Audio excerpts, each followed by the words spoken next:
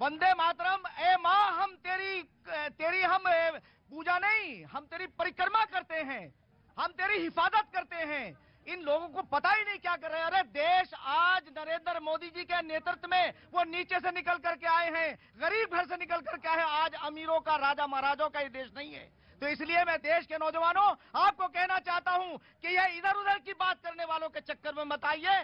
देश विकास की तरफ बढ़ रहा है। और हेमंत विश्व शर्मा जी ने जो बात कही है, अगर आज मदरसों से इंजीनियर, डॉक्टर निकले तो क्या बुराई की बात है? मदरसा पढ़ने की जगह होती है। अगर मदरसा यूनिवर्सिटी बने, कॉलेज बने, क्या बुराई है? कल मैं लाल किले से, जब लाल किले में मैं मौजूद था, वहां मोहन भागवत जी ने यह कहा कि हमारे रास्ते अलग हो सकते हैं। You are disturbing.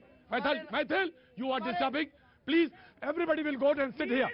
Everybody will go and come and sit here. No, please, जवाब बैठिए. No, जवाब बैठिए, please. बिल्कुल मैं आपकी बात। मोहन भागवत जी ने यह कहा है, और हम ये सब कहते हैं, सारे विद्वान कहते हैं कि हमारे दूध और खून के रिश्ते, हमारा डीएनए एक है, हमारे रास्ते अलग हो सकते हैं, मंजिल एक है। साष्टांग मंदिर के अंदर होता है और सजदा मस्जिद के अंदर होता है। साष्टांग और सजदा दोनों एक है। मैंने 2015 में उस वक्त कहा था, जब बहुत सारे लोगों ने योग की मुखालफत की थी, कि नमाज में भी योग है। इसलिए तुम अगर मुसलमान नमाज पढ़ेंगे तो ये स्वस्थ रहेंगे, और सारे हिंदू भाई और मुसलमान मिलकर योग करेंगे तो निरोग रहेंगे। अरे सब पढ़ो, आगे बढ़ो।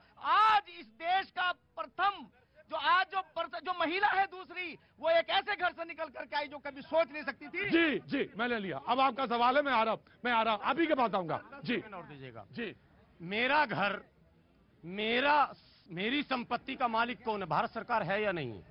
भारत की संपत्ति है कि नहीं? मैं मेहनत, आपकी निजता भी है, आपकी निजी संपत्ति भी है। मालिक है, कानून राइट जो है आपके, जो राइट डिफाइंड है, उसमें एक राइट ये भी है। मैं कुछ कहना चाह रहा हूं। हाँ, मदरसे में जहां लाखों मदरसे हैं, लाखों घर हैं, तो वहां भी आतंकवादी है। लाखों मदरसे हैं, हो सकता वहां भी कोई घटना ऐसी घट रही है, घटी है। मैं उसका बिल्कुल बचाव नहीं कर रहा हूं, करना भी नहीं किसी को चाहिए। मदरसे का मौलवी ना आतंकवाद में लिप्त पाया गया होगा, मदरसे का व्यवस्थापक, संचालक न गया होगा। उसका प्लास्टर, उसकी दीवार, उसकी जमीन, उसका मार्बल, उसका पत्थर, आप बुलडोजर चलाकर देश की संपत्ति नष्ट। रुक जाइए 1 मिनट। वो संपत्ति देश की है, आप उसको सीज कीजिए, ऑफिस बनाइए, कार्यालय बनाइए। सरकार, आप देश की संपत्ति को नष्ट करते हैं, बुलडोजर संस्कृति का आप समर्थन करते हैं। जी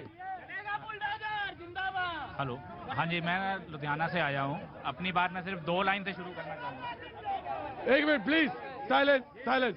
नो जी सर, मैं अपनी बात करने से पहले 2 लाइन। कहाँ से आना हुआ सर? लुधियाना से। अंदर आइए, आप आइए, अंदर आइए प्लीज। साइलेंस, मैं आ रहा हूँ, पाजी आ रहा हूँ, मैं आ गया आपके पास। जी, मैं लुधियाना से आया हूँ और अपनी बात करने से पहले सिर्फ 2 लाइन करना चाहूंगा कि जब तक हम पढ़ते थे, हम दोस्त थे, फिर इलेक्शन आए, एक मुसलमान हो गया, दूसरा हिंदू हो गया। ये वाला काम अब बंद कर दीजिए, ठीक है? और देश में अगर तरक्की करनी है तो सबसे पहले अगर हमको क्वालिफिकेशन, पढ़ाई की तरफ ध्यान देना चाहिए। तो जितने लीडर्स हैं, जितने हमारे नेता हैं, इनके लिए कोई क्वालिफिकेशन फिक्स करनी चाहिए कि आपने एमएलए का इलेक्शन लड़ना है तो कम से कम इतनी पढ़ाई, एमपी का लड़ना है तो इतनी पढ़ाई, उसके बाद अगर आपने प्राइम मिनिस्टर, सीएम या प्रेसिडेंट बनना है तो उसके लिए ये क्वालिफिकेशन होनी जरूरी है। अदरवाइज ये सब जितनी बातें हैं सब बेकार हैं।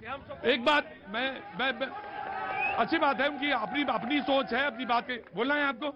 जी प्रणाम करता हूँ। पहले तो ये कहते हैं मदरसे हम अरे से टैक्स लेके इनके मुल्ला मौलवियों को दिया जाता है, मंदिर के पुजारी को क्या दिया जाता है? ठेंगा दिया जाता है उन्हें, पैसा हमारा दिया जाए उनको, ये कौन सा तरीका है? और फिर कहते हैं जी पीए को मिला लो, और अभी ये कहते हैं कि हम 15 करोड़ 100 करोड़ पे भारी हैं, पीए को ले लेंगे तो और हमारे ऊपर भारी हो जाएगा। नहीं, कोई भारी नहीं है बाजी, कोई किसी पे। मुझे मालूम है पुराने जख्म हैं और इस नई पीढ़ी को समझना होगा। मुझे मालूम है पुराने जख्म हैं और इस पीढ़ी को समझना होगा, मैं जानता हूँ। जी सरवर जी ने, क्योंकि मुझे पॉइंट आउट करके जो बात कही थी उसको मैं क्लियर करना चाहती हूँ। मैंने इतना ज्यादा 1500 साल पे एम्फेसाइज नहीं किया था जितना ज्यादा उन्होंने भाषण दे दिया। मेरे कहने का मतलब ये था कि पुराना सिस्टम है उसको अपग्रेड करने की जरूरत है, और ना ही मैंने सारे मदरसों को टारगेट किया था। जहां पर बच्चों के अधिकार की बात आती है, मैंने उसको बात की थी। दूसरी बात ये, इनको चुप करा लीजिए, हल्ला गुल्ला शोर कर रहे हैं। देखिए, मैं तो ये कहती हूँ कि जो योगी जी ने मदरसा सिस्टम चलाया है, मुझे लगता है पूरे देश को उस सिस्टम को अडॉप्ट करने की जरूरत है। वहां पर एनसीईआरटी की बुक्स को भी उसमें सिलेबस को इंक्लूड किया गया है, तो वो उस चीज को फॉलो कीजिए ना। वो कह रहे हैं करा गया, वो जो बात सही है, वो बात सही है, वो सही है, मैं दूंगा अपने हिसाब से। मदरसा आधुनिकीकरण के अंदर ये सारी चीजें हैं, और देश के अंदर जो है प्रथम जो हमारे स्वर्गीय अटल बिहारी वाजपेयी जी ने 2004 में शुरू किया था, इस वक्त थोड़ी सी बाधा है। उसमें मदरसों को मैं चाहता हूं कि सारे मदरसों का रजिस्ट्रेशन होना चाहिए और उन्हें मुख्य धारा से जोड़ना चाहिए और उसके सिलेबस के ऊपर भी काम करना चाहिए। और मैं एक बात बताता हूं, प्रधानमंत्री जी ने जितने नारे दिए, हेमंत विश्व शर्मा जी सबके विपरीत काम कर रहे हैं। योगी जी ने कहा आधुनिकीकरण की बात, पहला व्यक्ति मैं था, स्वागत किया। आधुनिकीकरण तो बहुत अच्छी बात है, आप जितना उसको मॉडर्न कर सकते हैं, आप क्या क्या कर सकते हैं सारी समझ, लेकिन विश्व शर्मा जी ने तो आधुनिकीकरण की बात नहीं की है। मुफ्ती साहब उन्होंने कहा मदरसा बिल्कुल मैं खत्म कर। देखिए प्रतीक जी, बार बार कह रहा हूँ, मदरसे को इस्लाम से मत जोड़िए। इस देश को जरूरत है ब्रिगेडियर उस्मान की, मौलवी लियाकत हुसैन की, डॉक्टर कलाम की, मेजर अनुफुद्दीन की जरूरत नहीं है।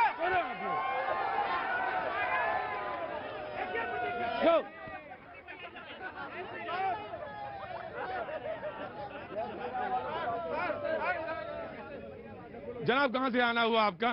सर मैं महाराष्ट्र रहता हूँ। महाराष्ट्र में कहाँ रहते हैं आप? महाराष्ट्र में अकोला। अकोला में रहते हैं, थोड़ा ऑडियो देंगे जी। महाराष्ट्र से आए हैं, आज कहाँ बारिश में भीगते हुए इधर आ गए आप? सर मैं मेरे बिजनेस के काम के इधर यहाँ पर आया था। यहाँ प्रगति मैदान में हमारा एग्जीबिशन था, मेरा मैन्युफैक्चर का काम है और मैं टीवी पे सर आपका प्रोग्राम रोज देखता हूँ और मुझे बहुत रोज हल्ला कर, इतना टाइम में नहीं लगा, ये रोज हल्ला देखते हैं, मत देखा करिए। सर मैं रोज देखता हूँ और मुझे बहुत अच्छा लगता है, तो मैं यहाँ पर आया तो मेरी बहुत इच्छा हुई मैं एक बार आपसे मिलूँ, एक बार आपसे मुलाकात करूँ। और सर मेरी आप सभी लोगों से रिक्वेस्ट है, हमारे जो देश के प्रधानमंत्री है माननीय नरेंद्र मोदी जी, आप सभी लोगों को उनका साथ देना चाहिए और उनको हर हर मोदी घर घर मोदी।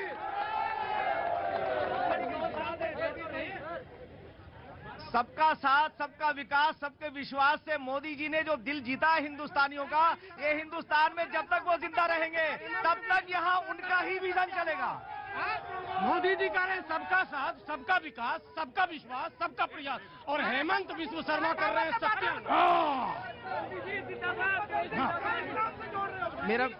मेरा बीजेपी वालों से एक सवाल है कि मैं कट्टर बीजेपी हूँ, कट्टर बीजेपी, मगर आज मेरे को